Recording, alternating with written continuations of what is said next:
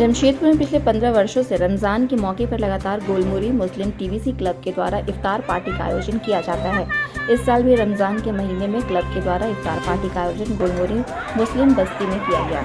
इसमें जमशेदपुर के विभिन्न जगहों से लोग आए और शामिल हुए। क्लब के सदस्य मोहम्मद शादाब ने बताया कि हर वर्ष की भांति इस वर्ष भी सैकड़ों की संख्या में लोग यहाँ इफ्तार पार्टी में शामिल हुए।